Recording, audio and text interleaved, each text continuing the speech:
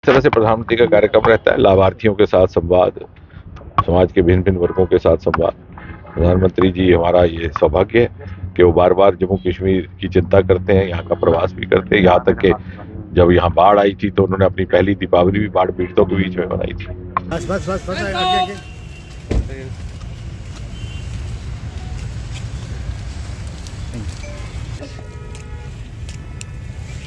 Sir जाइए।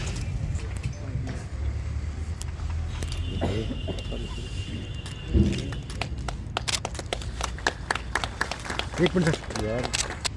सबसे पहले जो आज हम प्रधानमंत्री मुद्रा योजना पे जो हम आज बात कर रहे हैं, स्कीम्स दी हैं। मेरे साथ बहनों ने बहुत अच्छा रोजगार खोला है।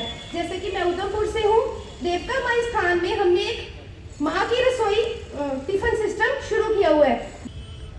कुलभूषण खजूरिया,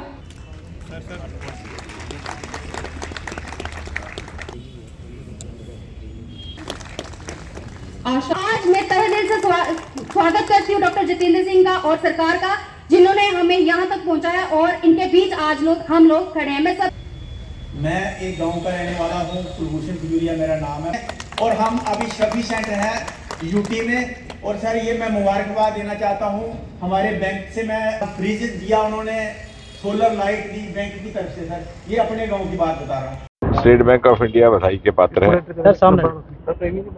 जिस प्रकार से यहाँ पर मुद्रा लोन का एक प्रचार प्रसार हुआ है, आज स्थिति है कि देश भर में लगभग 6 करोड़ मुद्रा लोन के लाभार्थी हैं, जिसमें से लगभग 60-70% हमारी बहनें हैं, महिलाएं हैं। और जम्मू कश्मीर की दृष्टि से महत्वपूर्ण बात यह है कि लगभग 25,000 उसके लाभार्थी जम्मू कश्मीर में। यानी अगर आप आंकड़ा लगाएं कि देश भर में 6 करोड़ में से 25,000 एक छोटे से प्रदेश जम्मू कश्मीर में, तो आप समझ सकते हैं कि कितनी मेहनत और कितना इसमें निष्ठा के साथ बैंकिंग सेक्टर की ओर से काम किया गया।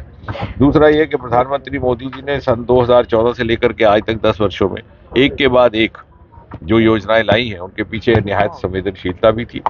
वो ये कि उन्होंने एक जागरूकता पैदा की कि रोजगार का अर्थ केवल और केवल सरकारी नौकरी ही नहीं, सरकारी नौकरी से बाहर भी रोजगार और जीविका कमाने के साधन हो सकते हैं। हाँ, एक जिम्मेवार सरकार जैसे मोदी जी के नेतृत्व की सरकार है, वो अपना ये दायित्व जरूर पूरा करती है कि वो जीविका कमाने के विकल्प पैदा करे। और मुझे लगता है कि जिस प्रकार के विकल्प यहाँ पैदा किए गए हैं भारतवर्ष में पिछले 10 वर्षों में, उसका अनुसरण बाकी के दुनिया के देश कर रहे हैं। उदाहरण के तौर पर हमारा डायरेक्ट बेनिफिट ट्रांसफर डीबीटी की स्कीम एक रोल मॉडल बन गई है दुनिया के बाकी देशों के लिए। बिचौलियों को बेरोजगार कर दिया गया, बेरोजगारों को रोजगार मिला और बिचौलिए बेरोजगार हो गए। तो ये इस प्रकार, और मैं तो ये कहूँगा स्टार्टअप्स को लेकर के मोदी जी ने लाल किले से आह्वान किया। देश में अभी कॉन्सेप्ट ही नहीं था। 350-400 से बढ़ करके आज हम 1.5 लाख स्टार्टअप्स तक पहुंचे और दुनिया में हम तीसरे दर्जे पर खड़े हैं। हमने मोदी जी के ही कार्यकाल में कुल मिलाकर के, यानी आप अमेरिकन लॉन्चेस की बात करें तो हमने लगभग $250 मिलियन कमाए, और यूरोपियन सैटेलाइट्स की बात करें लॉन्चिंग्स की, तो हमने लगभग 250-250 मिलियन यूरोस कमाए। इसके अतिरिक्त यद्यपि हमारी अंतरिक्ष की यात्रा उस समय शुरू हुई थी जबकि अमेरिका पहले से ही चांद पर पहुंच चुका था 1969 में, और हमारी पहली मिशन उसके बाद हुई, स्पेस मिशन। लेकिन आज हम सदर्न पोल पर पहुंचने वाले पहले हैं। हमारे 4 जो नए एयरफोर्स के ऑफिसर्स तैयार किए गए हैं गगनयान के लिए, उसमें मोदी जी वाशिंगटन डीसी गए थे, तो वहां से ये सुझाव रखा गया कि इंटरनेशनल स्पेस स्टेशन पर जाने के समय भारत का भी एक एस्ट्रोनॉट उनके साथ जाए। यानी वो भी ये समझते हैं कि कितनी वैल्यू एडिशन हो सकती है यदि हमारा मूल का यहाँ से व्यक्ति जाता है। और आने वाले समय में इतना ही नहीं, स्पेस इकोनॉमी में इसका बहुत बड़ा लाभ रहने वाला है।